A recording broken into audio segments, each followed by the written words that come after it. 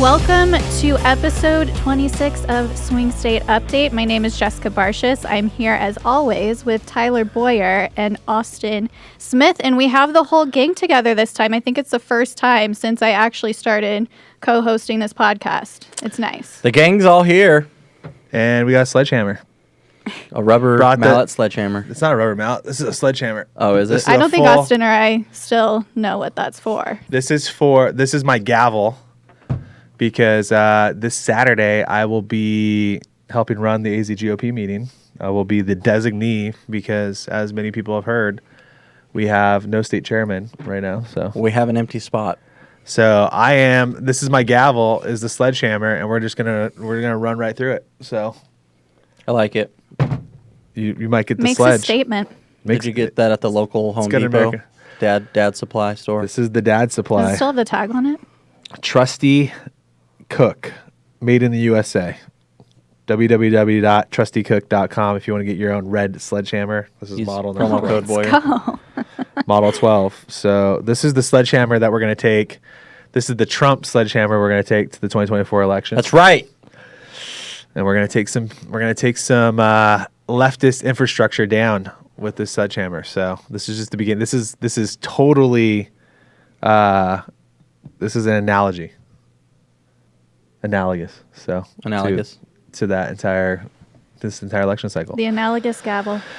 Well, how are you guys doing? How's the week? Had better ones, but Yeah. had better ones, but you know. Non-stop. There was a lot of drama happening. Austin's down at the state legislature, seeing everything. We see a lot happening on the world stage that Jessica has to deal with. We this week had a few issues in Arizona. Would you Just say? a couple. So we'll you talk. may about have heard about it. We'll talk about that. So today on today's show, we're going to go through, have Austin touch upon the bill for jungle primaries that they're trying to get through.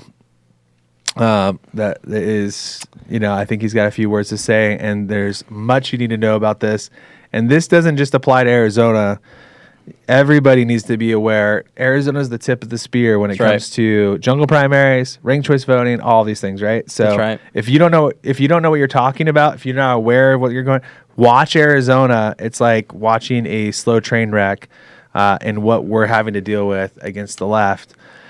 Second, we'll talk about Fani Willis and the love letters with Fani Willis, right? Right, and the Biden White House. My gosh. And the Biden letters, the love letters to Joe Biden. Yeah, and from Joe Biden to Joe Biden wrote love letters to Fani Willis. Yeah, we're going to jump all into this stuff. And then we're going to talk about the Republican National Committee, what we're doing this week in Vegas, and excited to go to Vegas. Jess is going to be there. We're going to be doing Swing State Update live, late probably from Vegas. So even though we'll be a little bit late, we'll be doing that after programming, and excited to do that excited. But we'll talk also about what's going on in Arizona. So I'm going to give you the entire down low, behind the scenes. You're only going to hear it from me because I'm the only one that knows, because I'm the only one talking to all these people. Better you than me.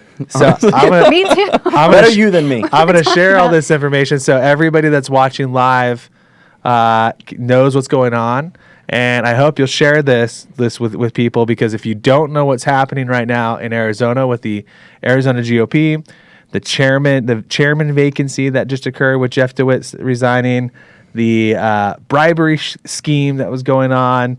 We're going to update kind of the whole world with everything. And then I'm going to talk about what's going to happen this week, because Trump just canceled for the Trump rally. So if you're hearing this for the first time, we had a Trump rally planned for tomorrow. I'm super bummed because I was helping MC that thing and just helping introduce. We're going to have all our congressmen and the great Kari Lake, Abe Hamadeh, who he's endorsed, and then Trump obviously speaking. And that's now canceled. So that's a bummer, because Trump got called back to New York for court. So he's there in New York. He's stuck in New York. He was concerned that he couldn't get here in time. And, they had to cancel. They didn't want to, but they had to.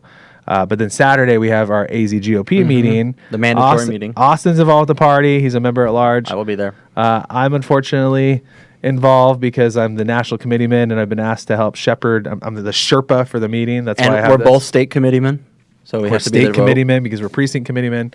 And it looks like we're going to be electing a chair. So if you want to know... Not on my bingo card, by the way, at all this year. The bribery part or the... Both. Okay. Both.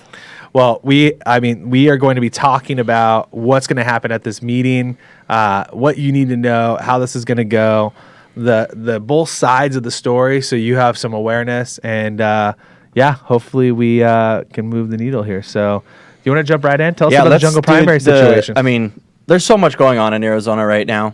Like, it's unbelievable. It's every single day. It needs its own news network. Like every single day, something's going on. So, those of you that know, last year I wrote a bill, HCR 2033, to go to the ballot to ban jungle primaries in Arizona.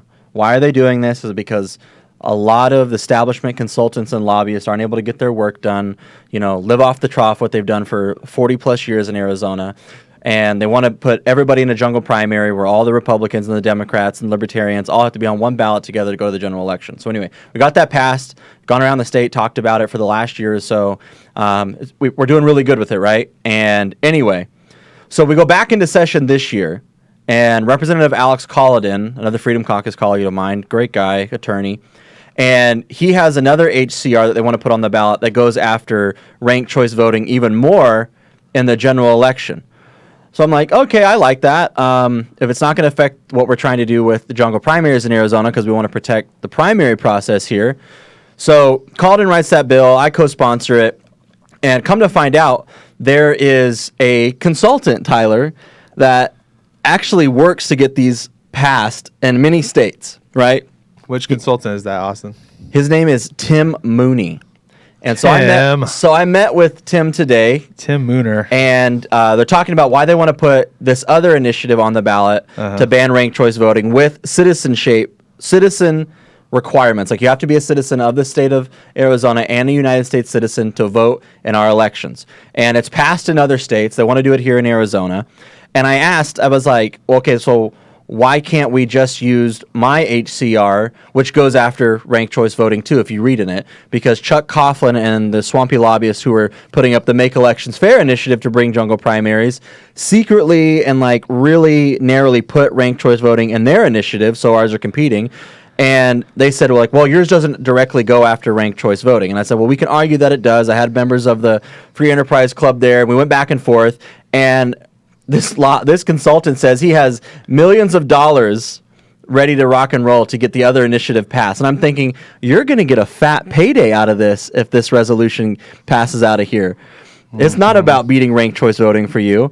And they want to prevent mine from going to the ballot. They want us to claw it back so they can put theirs on it and make money. So all this does is open up a whole new avenue for Chuck Coughlin and a lot of these guys to stop jungle primaries, keep their stuff on the ballot, and then this other consultant, whether he's conservative or patriot or not, is going to make a really nice amount of money to get this on the ballot. So I'm going to be calling Warren Peterson and being like, this cannot happen in the Senate. Like, you cannot have this at all. And it sounds like, Austin, I'm just going to ask you this question. Does it put your stuff at risk? It could. We would have to claw mine back and vote on it again if we wanted to put their resolution with mine, which we argued. I'm okay with that, but I'm not going to I don't think it's smart for us to take the chance of clawing that HCR back and then putting theirs in. If they want to put theirs on the ballot, that's fine. But if you have millions of dollars, why don't you just go get the signatures for it? Yeah. Don't rely on the legislature to do it. So I don't like it. I think it's a swampy way for a consultant to make a lot of money, and I'm going to make sure it doesn't pass. If they want to get on the ballot, sure, fine, whatever. But I think there's more at play here because somebody's going to get paid, and that's wrong. So. Yeah, they're trying to play everybody. It sounds like. Yeah, I would be afraid they're trying to just play everybody. They are, and I think what they're trying to do is they want to stop my HCR. Yeah. That's what they're trying to do. There's probably some underhanded way that they're trying to mess with everybody. I wouldn't do it. No. So Austin's bill is good. It's going to put a stop to everything, and everyone should get on board for that. Right. So it'll be something we'll keep you guys updated about, but got to watch out for these consultants who have a payday, because we talk about that all the time on this show. That's why they do things. It's all hired gun stuff. It's not good for our republic. It's not good for election integrity. So I'm an automatic no on stuff like that. Anyway, but that's what happens at the Capitol, your state capitol. Got it. Very swampy stuff. The Arizona swamp is real. So. All right, well, let's get into the big news that everyone, even nationally, has been talking about these past couple of days, the leaked audio of Kari Lake seemingly being bribed by Jeff DeWit, who is the Arizona GOP chair. I think we have a clip of that. If we can go ahead and play clip 1. But, I'll tell you what I can offer you. But,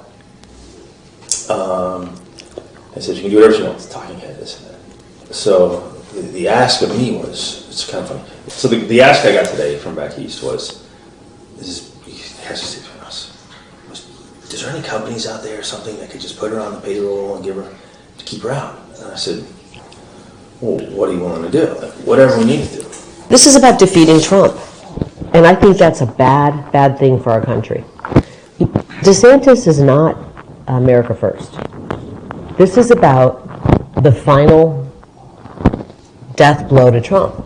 And I don't think that's good for our country. And you know I love Trump. I love Trump. It's not good for our country, Jeff. It's not, but at the same time, I'm not even sure Trump's going to get. I don't. Yeah, so this was the conversation heard around the world this week. You have Chairman Jeff DeWit, who, you know, he's been a friend to Turning Point. He's been a friend to the Trump movement for a long time. You know, some pretty incriminating stuff. You know, it was put out. You know, I think you know, whatever the situation was, you know, with Kari's team here, and you know. I can understand the arguments here of we have somebody that's in the state party chair's role that shouldn't be doing this, right? And I think the crazy part for most people is, and this is just my take, when people are asking, they're like, what do you think? I'm like, well, I think it's really stupid.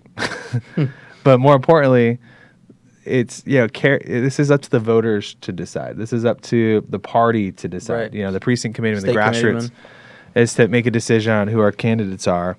And although this is what Jeff said, and he's like, I was really wanting him or just to consider more running for governor again, right? Everybody loved her running for governor. I've heard that from a lot of people. Yeah. I've heard a lot of people who love Kari. They're like, I kind of wish she wasn't running for Senate because, you know, I think she should be governor. You know, and we agree, right? Mm-hmm. She should be governor. If we would have been doing ballot chasing the way that we're doing it now, and planning on it, I think she would be. I think we would have thrown the kitchen sink at the left, and all their manipulation schemes wouldn't have worked. But I think that a lot of people were depressed. I just think he went about it the total wrong way.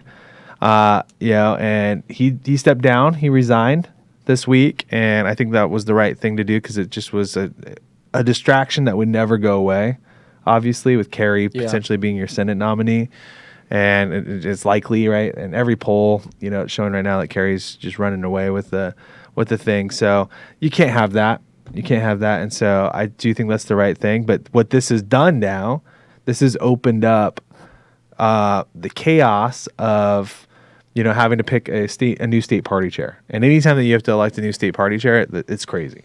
Yeah. The problem is because we're only like 72 hours away from a state party meeting, which is going to be on Saturday. That's from when he resigned. Now, that's 72 hours to find a new state party chair. And there's a lot of people who believe we should elect a new state party chair on Saturday because it's an election year and we don't want to just sit for months without a state party chair. And then there's other people who are like, wait, 72 hours isn't long enough to like find somebody, right? Mm-hmm. So that's the chaos that's happening right now a little bit. It's a little chaotic. I was going to tweet out. I'm actually surprised. I think it's less divisive and chaotic than people think. I actually think that people are like generally trying to figure this out right now. But that's what's going on in Arizona. So Saturday, Trump canceled his event tomorrow because he's in New York for a court. Saturday, basically all day at Dream City Church, if you're an elected state committeeman, you're going, and now you're showing up. And normally we elect this year our first vice chair, our second vice chair, our third vice chair, and then a bunch of other positions. This year, we will now have all those positions plus now a potential state party chair election. So that's going to happen on Saturday. Mm-hmm. And I'm having to run the business portion of the meeting. And so that is, I think it's going to go smoothly. I think we're going to be in a place now where hopefully everybody comes together and we have, a little bit. It's going to be a little bit contentious probably between these elections, but hopefully following that we'll have some harmony. But I think a lot of people right now are trying to figure out who's running for chair. Am I going to run for chair? Is he going to run for chair? Is she going to run for chair? I don't mean me. I'm not running for chair.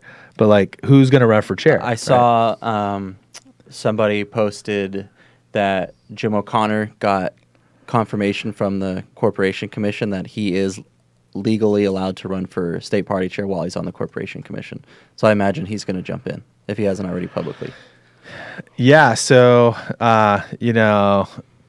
we're right now, you're probably listening to this, it's Friday. And right now we have basically 24 hours until the election is going to be. The meeting actually starts at 10 a.m. So whenever you're listening to this, it may have already happened, right? So you might be listening to this late if you're on podcast. And we'll have full updates Monday. We'll go live. We'll talk about this. We'll cover this. We'll be in Nevada at our meeting, but we'll talk about this, and we're gonna patch Austin in because he's gonna be at the ledge here.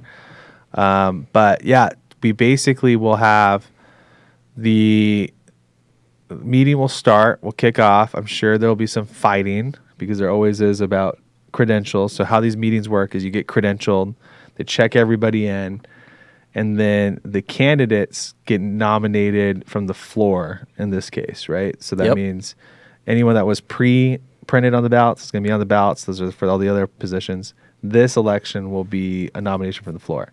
So the question is, so there was a Jim O'Connor, who's currently a statewide elected official. He's a corporation commissioner, a great friend. He was the chairman of the corporation. He's the chairman of the corporation commission. It's a lot of power. great young man. He's Grandpa Jim. He's been he was a legislative district chairman in Scottsdale for some time. Super involved with Maricopa County in that way. He ran for state party chair and lost to Jonathan Lyons. Yeah, I remember that 6 or 8 years ago. And then crazy part was the Republicans kind of screwed up, and it was good because a lady named Kim Owens. Have you ever met Kim Owens? No. Good. She kind of looks like. Have you ever seen? Remember that show in the '90s that was called Dinosaurs? No. It was like a dinosaur family. Can you guys pull an image of I know this? Land Before Time. Well, that works too, but Dinosaur. It was called Dinosaur TV show '90s. Yeah. She looks like a dinosaur. Well, is a what you're trying to specific. say. It's called Dinosaurs. It's this family. It's supposed to be based around. Yeah. There it is. You can pull that image. She's kind of a mixture of just of the baby and the dad. I don't remember what the mom looks like. I think the mom is the baby, and this woman is just incessantly mean to everyone. She's a moderate. Comes from like the old McCain group, just very angry all the time. And she ran for a statewide office for Corporation Commission and got walloped last time in the primary. Well, this time though, she was the reason I'm bringing her up. She was signed up to run, and then she got disqualified from the ballot. Yeah. So that was the first time. So we didn't have, and everybody was like, "Okay, well, we'll let Kim run this time." And finally, because and she screwed up her signatures and then get kicked off the ballot. So we didn't have a Republican to run. Yeah. So then she challenged the whole thing and she got yanked off the ballot. She wasn't allowed to run on the ballot. This is how stupid this woman is. She got kicked. She didn't get enough signatures, screwed that up, got kicked off the ballot, wasn't allowed to run. So if she would have tried to run for office, I think they would have thrown her in jail. You're not allowed to run for office after you cause everyone all this heartache. So we had no candidate. And so her arch nemesis is probably Jim O'Connor in the party. Yeah. People don't know this. So Jim O'Connor's from like the more right-wing side of the party, which is why we like him. Kim Owens was from like the more moderate side. Jim O'Connor decides to run as a write-in candidate in the primary for CorpCom. So all he needs is a predicated amount of signatures. Yeah. Write-ins votes. And if he did it, then he makes the general ballot, and then we go back to having a Republican. So Jim O'Connor actually saves the day. So we help him. A bunch of people help him, and some great people help him. Justin Olson was a big part of that. Justin Olson, who was on the Corporation Commission, was a big part of that. Really helped him out. There's so many people that deserve so much credit for that. But he worked it, got on the ballot, and he won. Yeah. I think he got the most votes. Yeah. It's wild. And so Kim Owens over here, who screws the pooch, almost loses the corporation commission. almost loses the entire statewide seat for us. By the way, this is what's so crazy. This is like the tea, like behind the scenes. This Kim Owens, who looks like the dinosaur baby. So Kim Owens, she runs an election workshop. Mm-hmm. So she teaches people how to run for office through this group called Dodie London. Yeah. Stay away from it, Jess. Okay. If they ever try to invite you to Don't Dodie recommend. London, say no. Is that dinosaur woman out of there? Because if she is, then maybe. But they try to teach people through this program, and they just basically just stick their claws in deep to these women. It's all women. It's a women's group, and to try to control them. When they get elected to office. But the lady that runs it is literally Kim Owens. Yeah. It's Lisa James and Kim Owens. And so this woman who runs this how to run for office group for women can't even get on the ballot. can't figure it out. And then the next time she runs again, loses. Like Gets bad in the primary. Because Bad. everyone's like, this dumbass can't even get on the... Nick Myers and Kevin Thompson obliterated her. her. and they're both good guys. They're both great conservatives, much more conservative than Kim. So anyways, that's the story behind Jim O'Connor. So Jim O'Connor makes the Corporation Commission. So he's a statewide elected official. The Corporation Commission sets rates for utilities, and they manage the water companies and utility companies and everything else. You get your business license from them. Yeah, all it's a bunch of stuff. But their big thing is that. So with that being said, that is the history with Jim. So now Jim is on the Corporation Commission. Yesterday, a letter came out, depending upon when you're listening to this, a letter came out saying he's allowed to be the state party chair plus be on the Corporation Commission. Yeah. So he's not running again, so he's not on the ballot. He's not on the ballot, so he's termed out this time. And so he's out there. He's telling people he's running. So right now he's the only self-declared candidate for state party chair, for AZGOP chair that's out there. And trust me, Jim O'Connor is very conservative. Yeah. Very, very conservative. Ronna McDaniel is not going to like Jim O'Connor. She thinks I'm very conservative. She doesn't like me. She doesn't like what we're going to do in Vegas this next week. When she meets Jim O'Connor, she's going to have a heart attack. Oh yeah. I don't envy her. She's not gonna love. So Jim is the only guy potentially running right now. But comes down to on Saturday. It's up to, and this could be tomorrow. This could be have already happened if you're listening now later. This comes down to the state committeemen deciding whether or not to hold the election. So basically, right now, we didn't anticipate to have this election. The call letter went out more than 10 days ago. Mm-hmm. We said, we're going to have this meeting on Saturday. It's going to be tomorrow. But the body now has to vote to add to the agenda the election for state party chairman. If they do that, we will have an election. How do we... If they don't do that, we won't. Because, I've been a state committeeman for a few years now. I've never been through this type of situation before where we have to nominate a chairman from the floor because they're not printed on the ballot. Yep. How do we vote to initiate that election? Is it going to be a voice vote, or are we going to have to write on another ballot? How are we going to decide when the body wants to do an election? Yes or no?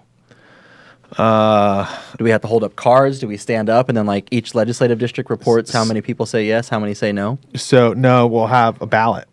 Okay. So we're trying to figure that out right now. I'm going to give you some inside scoop that you're never going to hear from anyone else because I'm helping run the meeting.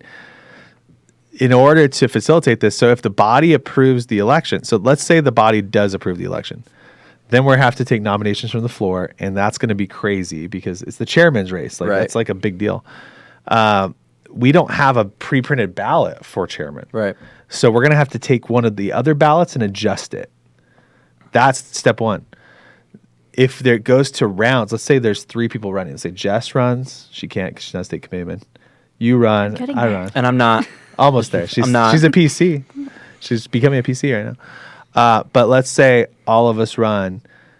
If there's 2 rounds that exist then, because you have to break 50%. You have to get a majority vote in order to be elected. if there's 2 rounds, we're kind of screwed because we don't have multiple rounds of extra ballots. So that's a problem.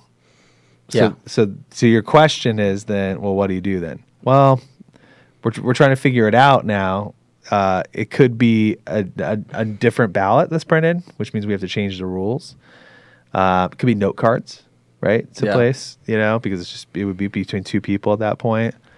Let's hope we don't get there.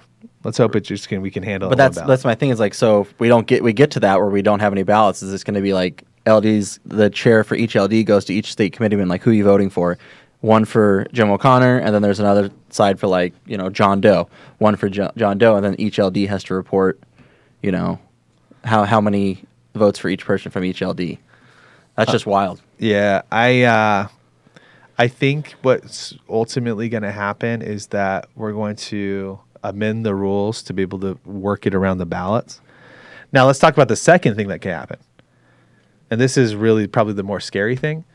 If there's not an election because the body's like, we don't want to hold an election today, right? If everybody there is like the 1,000 people there are like, nah, I don't want to do it today. What that means then is then a new call letter has to be sent out for a special meeting. Right. The bylaws say that call has to be sent within 45 days of the resignation, the vacancy. So that the call needs to be sent, but that doesn't mean the meeting has to be held then. Well, what makes the most sense for the next meeting would be, instead of spending $30,000 on a new meeting or whatever, $50,000, just holding it when we have our convention, which isn't until April. Yeah. I mean, that makes the most financial sense. I don't know if the body will agree with that, but it's up to the body. But if we do that in April, that means that we'll have February, March, and almost all of April For somebody to campaign for campaigning, which is great for recruiting more candidates. Yeah. But it's also like maybe we're gonna have a lot of partying and fighting. Oh yeah. I know the state party. Yeah, that's gonna happen. So that's gonna happen. I'm just getting introduced to it. Jill Norgard is the interim state party chair. Great woman, good conservative, and so she's doing the roles of the state party chair from now until at least Saturday, right? Yeah. So poor Jill had this thrown on. Probably not on her bingo card. Yeah. To be interim state party chair. Yep. Well, I'm praying for you. I will be there. I'm going to offer any assistance I can to help. Was not expecting this on a Saturday going into 2024 when I really hope it would just be about rah, rah, rah. We're focused to win, which we are. But now we got to elect a new state party chair. That's going to take up, I imagine, 90% of the time, 95% of the time. But that's just how it works. Got to do the job of a state committeeman, elect a new chair. Yeah, I think what's going to happen, if you ask me what's going to happen, I would say I think the body's going to want to elect a chair, because I don't think in an election year I think people are going to be torn, right? I think a lot of people are going to be like, this isn't a lot of time to really recruit a chair. We'd really like Jess's PC application to get processed, get her appointed as a state committeeman, and then we'll think about it because we want her to run for chair. Exactly. People are gonna start gaming that because they're like, if I had more time, I could think about it, right? But I think the body's gonna look at this and they're gonna go, dude, this is an election year. I'm not really down to wait. And especially if someone like Kari weighs in, which we know she's been prone to do, right? We know Kari's been prone to endorsing slates of people. We also know that Trump is interested in this. So, the Trump team was making a lot of phone calls today. I won't say whether or not I fielded a call. I won't say whether or not other people fielded a call. But I know the Trump team is very interested because, you don't want to have a unfriendly state party chair in a state you have to win. To the nominee, right? If never Trump or Kim Owens became chair. Kim Owens, right? Dinosaur Baby. Which is not going to happen. But anyway. But so they're just making sure. So I think they feel confident that they're going to have an ally. But this is a real problem. So yeah. So we'll see. We'll report on Monday how things go. We'll be at Vegas, going through it. We'll talk about that in just a second. So yeah, really excited for the future, and hopefully tomorrow goes okay. Hopefully Saturday goes okay. It's gonna be wild. I'll be there all day. Yeah, some other things that have come up that are really interesting too. This is brought up. So, the state party meeting is really important. I mean, so again, Arizona is arguably the most important state in the country, right? So there should be a lot of people really interested in this. The media for sure is. We already have media camping in Arizona. They're coming from all over the country. I'm really excited. Andrew, who runs all of our media, Andrew Colvett, and runs Charlie Show and everything else. Producer Andrew, if you ever watch Charlie Show.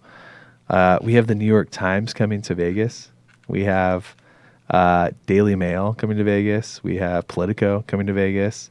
All of these people are like dying to hear from us on what's going on with the RNC, what our take is, how we're training people. So I'm looking forward to Vegas. We got Post Millennials going to be there. Even events. Swing State update. No. Oh, okay. Just me. Just you. Just you. Yeah. Just me. Just you. Little old me. No, this whole thing's like a movie for real, especially the recording. Going back to that. Wait, so do you think that he made up the guys back east because he wanted Kari to stay in Arizona? Oh, okay. So this is a big question I keep getting over and over about the Jeff situation. So yeah. And again, Jeff Smooth. I don't like. We don't need to, shoot.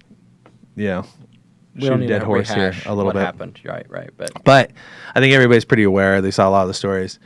But I've got this question over and over, like, who are the people back east that he was talking about? That's my question.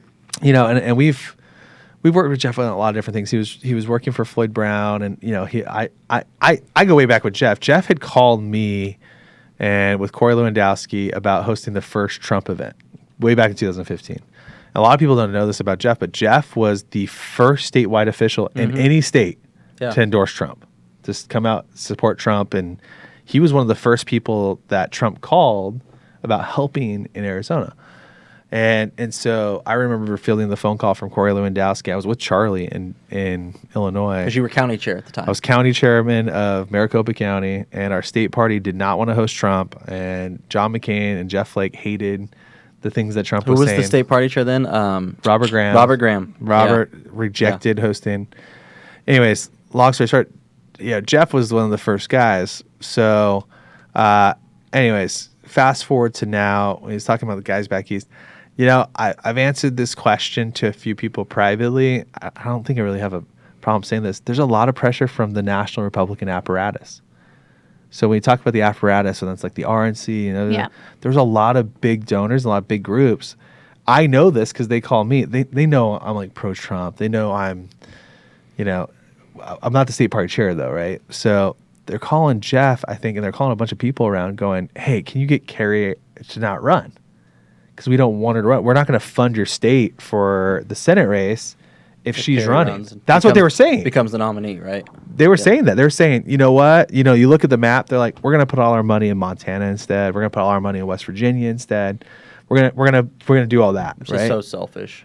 Yeah, I mean, it's obnoxious, right? And so where we have these races, we're gonna put all our money in, some of these other places, and in Utah and other places, like to make sure that we get someone good. And it's like, this is a winnable race, you know. And Kari's a great candidate. She beat like basically $40 million in her primary for governor. Like that's wild. Like that's we're talking about muscle. That's muscle. And so I thought Jeff was crazy for going against Kari. I think Jeff has not been I just know the history. He's obviously hot and cold with Kari. I think he's come around to Kari again, and so it's unfortunate that this happened. But I think anyone's crazy for going up against Kari. I think just like the same way I think anyone's crazy for going up against Trump. Yeah. Trump is not going to get beat, right? The RNC meeting next week, there's a resolution. Trump actually just came out yesterday and said, you don't need to do that resolution. But Dave Bossie wrote a resolution that said that we should make Trump the presumptive nominee. I love it. It's a wonderful resolution. I hope Dave keeps it up, even though Trump came out and said that he doesn't need it. I'm a big fan of it. I'm co-sponsoring it if he keeps it up. And we should vote on it. But it's probably going to get rescinded because Trump said he doesn't want it. Whatever. I think that's a dumb move. I think we should make Trump the nominee this week. Move on. Spend money more effectively. Stop wasting money on Nikki Haley. Joe Biden beats Nikki Haley in like every poll. Like it's just such a stupid thing to do. Yeah, that was like the good news from the week. I didn't know that Trump came out and said he didn't need it. Yeah, I'm trying to find. He just came out on Truth and said, I don't even operate on Truth. I just don't have time. But he came out and said, I appreciate the RNC. I know we got a lot of, I know we got the votes lined up, but we'll do it the old fashioned way or something. And it's like, come on. It's like, just get it over with. Yeah. Just like, why would we want to waste another $100 million? Yeah. I just don't like. It's such a stupid thing. Like, this consultants are just getting fat off of Nikki. They're going to get more hatred for Trump throughout the process. End it now. So They're just going to invigorate more Dems to go and change their affiliation to neutral or independent, and then go try to prop her up and more that's primaries. that's the Nikki Haley strategy, right? That's what they did in Iowa. That's what they're doing in New Hampshire. And they're essentially saying, let's get all these Democrats to change their voter registration to prop up Nikki Haley to make it seem like she has a shot, inflate the numbers, which is just not true. Republican primary voters overwhelmingly have picked Donald Trump. And they're going to continue doing it all the way through South Carolina, where she's probably going to get beat in her home state. And then we go on to Nevada, and she's not even participating in the party caucus. So it's like, what are you doing? yeah, and this is we talked about on Charlie's show. Yeah, Donald Trump is the presumptive nominee. We already know this, right? He's got to be our nominee. Like, why are we jerking around with this? Like, this isn't like this is stupid. He's going to be the nominee. He is the presumptive nominee in everybody's eyes. He's killing Nikki like by 40, 50 points in a lot of these states. Yeah. He's the guy. It is so stupid, and we talked about this on Charlie's show. It's so stupid to allow Nikki Haley not only to go through all these states and slam Trump publicly, whatever, that's fine. That's just part of campaigning. But it's the dumb thing is Nikki Haley, we know, is re-registering Democrats in all these states. Yeah. They're spending money to encouraging them to do that. Well, why does this matter? Why does this matter? Well, because we know Nikki's not going to win. So it would be one thing if Nikki was converting Democrats over to vote for her, and then she was going to be our nominee, because it's like, oh, well, maybe those Democrats will vote for her, right? Maybe. No, that's not what they're doing. They're knocking on the door, and they're going, hi, you hate Trump, right? Cool. You want to keep Trump off the ballot? Re-register as a Republican today, same-day registration, and then vote for Trump. Or vote against Trump. Vote for Nikki Haley. These people are not ideologically centered on voting for a Republican. No. These people are not going to vote for someone in the general. So now what does that do? That means you look at a state like, let's say Nevada, right? We'll use Nevada because she's not even participating there. But like in Nevada, it's a smaller state. New Hampshire, smaller state. 5, 10,000, 15,000, 20,000 people that they re-register that way, whether it's independents or Democrats. And we think that the number in New Hampshire alone between independents and Democrats was over 10,000 potential people. That alone screws up the data. So now Donald Trump becomes the nominee. We knock on doors that we think are Republican. They're not. No. They're Democrats that Nikki Haley converted over to look Republican. Well, now our data is all tainted. It's screwed up. And now we're wasting money, spending money trying to convert people and turning out the vote for people who are voting against Donald Trump. Mm-hmm. That is so strategically stupid. Yeah. So as a member of the RNC, why would I sit by and just allow that to keep happening? If we know she's doing this, if we know websites are set up for this purpose, why are you allowed to do this? If we know AFP is doing this, why are you allowed to do this without calling it out? That's my position. Period. Mm-hmm. All right. Cool. Moving on. We have more of the Fani Willis love letters. I think we have a clip we can go ahead and play, clip 2. So the original question was, is there something actually in writing that shows communications between the office and the White House counsel? We did get a letter from the White House counsel's office. All right, it so was about logistics and procedures, as stated before. All right, so it's just that you're saying the sole written communication, whether by text, whether by email, whether by written correspondence, solely consists of one written letter. Written letter, well, there's 2 written letters, Your Honor, about procedures, about how we interviewed, whether it was a 2-type process with former or current White House officials. Okay.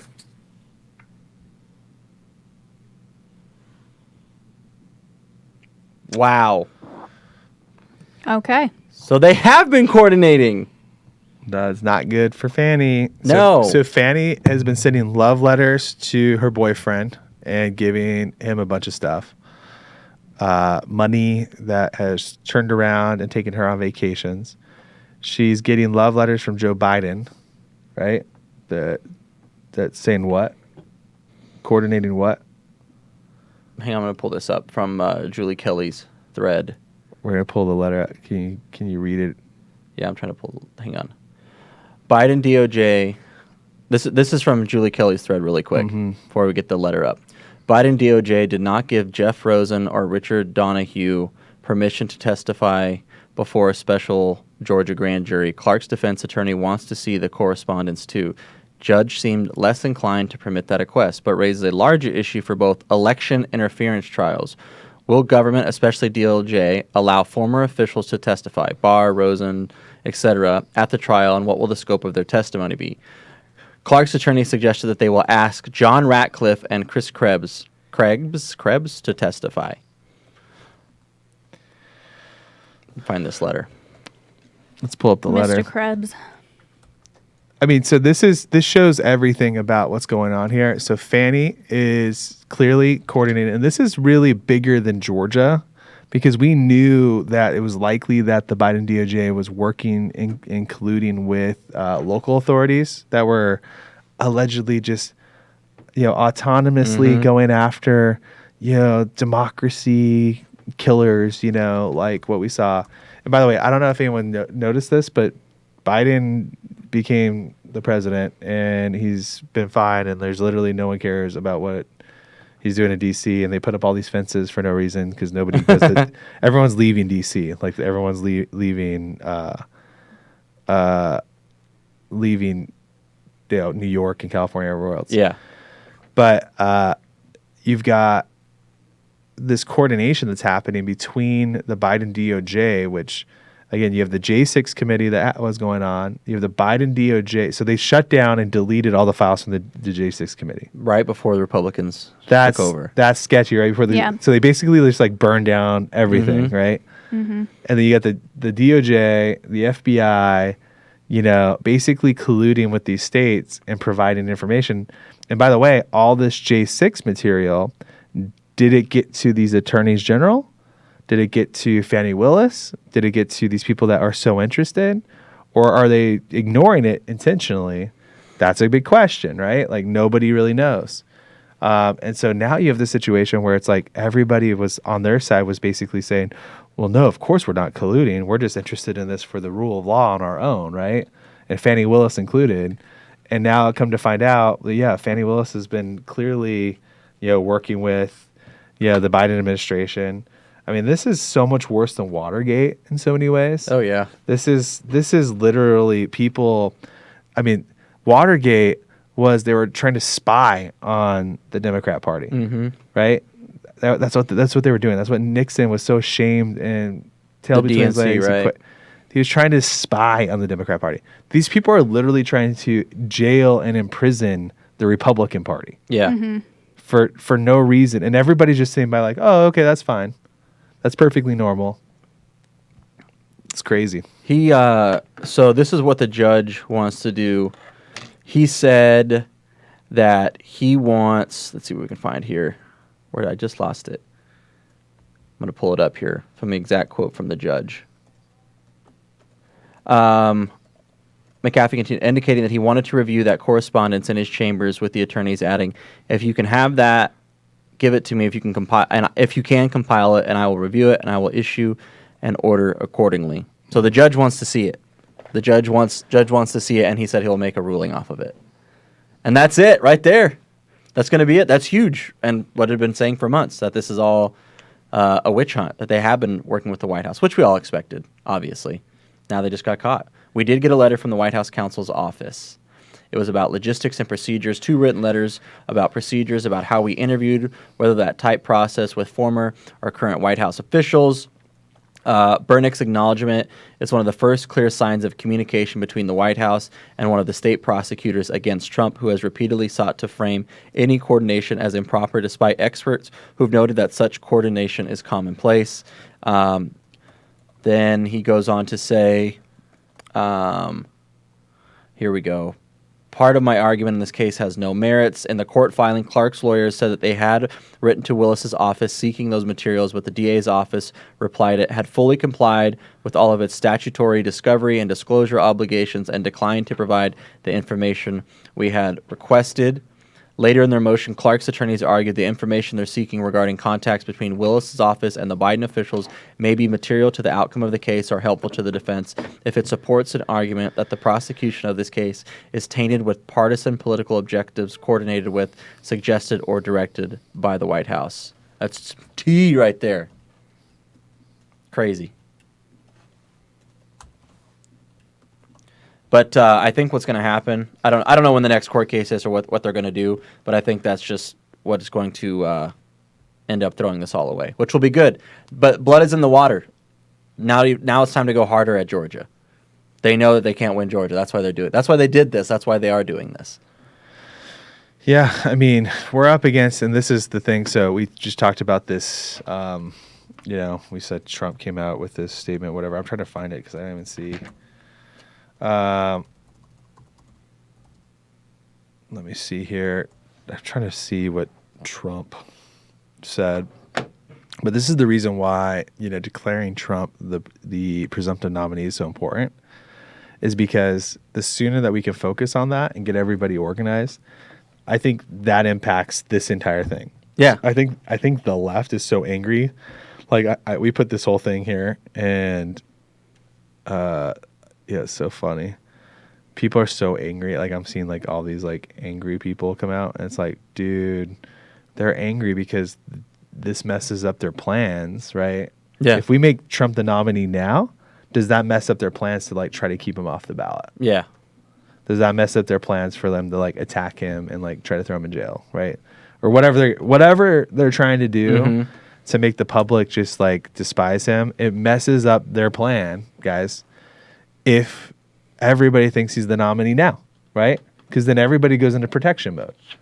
Because if he's the nominee, like that's who you have to. That is your guy. You're right? looking for his post on Truth Social? Yeah, did you find it? Yeah, I got it. So it says, while I greatly appreciate the Republican National Committee wanting to make me their presumptive nominee, and while they have far more votes than necessary to do it, I feel, for the sake of party unity, that they should not go forward with this plan, but that I should do it in the old-fashioned way and finish the process off at the ballot box. Thank you to the RNC for the respect and devotion you've shown me, Trump 2024. I always feel like I need to say everything he puts in all caps, like yelling, but Yeah. I need to refrain from doing that. Exclamation. Trump loves it. Yeah. No, I mean, it's a good move. That should be what happens, right? The RNC passes that resolution. Tyler said he's a co-sponsor, and let's just move on with it. I mean, if I had the presidency right now, I'd say just let him do it, Mr. President, and you're our presumptive nominee. We talk about it all the time on this show that the RNC, the Republican National Committee, the delegates decide it. Tyler is de facto going to be one of those delegates as an RNC member, correct? For the state of Arizona. Yeah. at the So RNC, when you're 'cause on you're one of them. When you're on the RNC, you're automatically a delegate. Yeah. So that's kind of cool. I mean, this will be an interesting year to be a delegate. But Arizona has the fewer delegates than it's ever had because how delegates are apportioned, and this is really important, is based off of what offices you hold.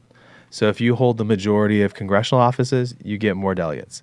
If you hold the governorship, you get more delegates. If you hold the Senate seats, you get more delegates. If you hold your legislatures, you get more delegates. So right now we have the legislatures, but outside of that, we don't have the governor. We don't have the senators, right? We have 6 Republican Congress. We now have the majority of Congress, Yeah. but we didn't before, so we gained a couple there. And then you get a portion for if you were a red state in the last presidential. And we were not. And according to Fox News, we were not. Yeah. So Fox News in the first minute, we were not. So Thanks, Brett Bear. Yeah, thanks, Brett. So that's where we're at now is we have fewer delegates than we've ever had, but each state is basically the same way, and we'll go through that. So on a future episode, we'll have just an episode all about the convention. Delegate process, right? The delegate process, what you need to know. That way we can boost it. We're going to boost this episode about the delegate process. We'll probably do that sometime next month because the delegate process starts in April, May. Right around April, May. That's like the time zone for it. I was a delegate in 2020, but I didn't end up going because of COVID. Because the RNC cowered in fake. North Carolina and didn't let us have you got just about as many votes as Doug Ducey. I did. I was only like several votes short of Doug Ducey, almost past the governor. That shows you how unpopular he was with the grassroots in Arizona. Crazy to think about. But I was a delegate. I'm going to run as a delegate again, for sure. Cool. Because that's the year to do it. Yeah, everybody here should do it. Sadie, producer Sadie should do it. Mm-hmm. Sadie. Sadie, everybody to be you want to run delegates. for delegate? Yeah, I'll run for delegate. You need to get Kari Lake's endorsement. You're going to have to work that out. Now that you said you're going to do it on the show, they're going to force you to. You know what you're getting yourself into, right?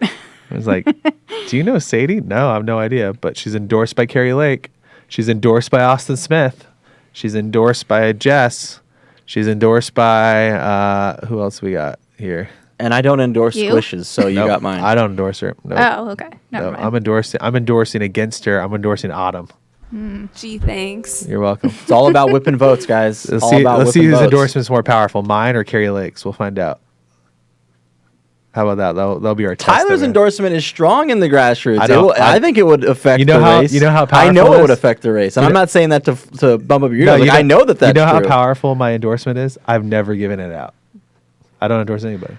I have only ever endorsed. I endorsed Kari Lake in 2022 as the YR chair, and then I endorsed recently Michelle Ugenti-Rita to beat Thomas Galvin because I think that's important. The Board of Supervisors, because Thomas Galvin's a rhino. He's not good for the Board of Supervisors, so I don't think I'll endorse other than that because I know we need better Board of Supervisors. That's why I did that, and I endorsed Kari because I know she'd be a great governor. I've never given an endorsement either. If it makes you feel any You better, will someday. Tyler. You will someday. Well, let's talk Vegas. Talk a little bit more about Vegas, Tyler. Obviously, I'm bummed that I'm not going to get to go. But I will hopefully be zooming in for Swing State Update while you guys are For there. sure. For I sure. won't miss. I don't like missing an episode unless I absolutely have to. Like You're going gonna miss hunting. the action, but you'll be there in spirit and on video. Yeah, it's going to be awesome. First of its kind, restoring national confidence right before the RNC meeting, right? Or is it after? Which one? The, Before. It's before, right? So it's the 2 days before. So we're next Monday. We're starting Monday 9 a.m. We are starting with a full agenda where you can go to. You can follow Turning Point Action. You can follow Charlie Kirk. You can follow Steve Bannon. You can follow Mike Lindell. You can follow Donald Trump Jr. We're gonna see all of these people there. But then in addition to that, Tea Party Patriots, Cause of America, some wonderful groups. Restoration, PAC is going to be there. Scott Pressler's going. Our right? stuff, Early Vote Action, Scott Presser speaking, which was really exciting. So he's going to be the proximity of the RNC, which I think is going to excite a lot of our activists.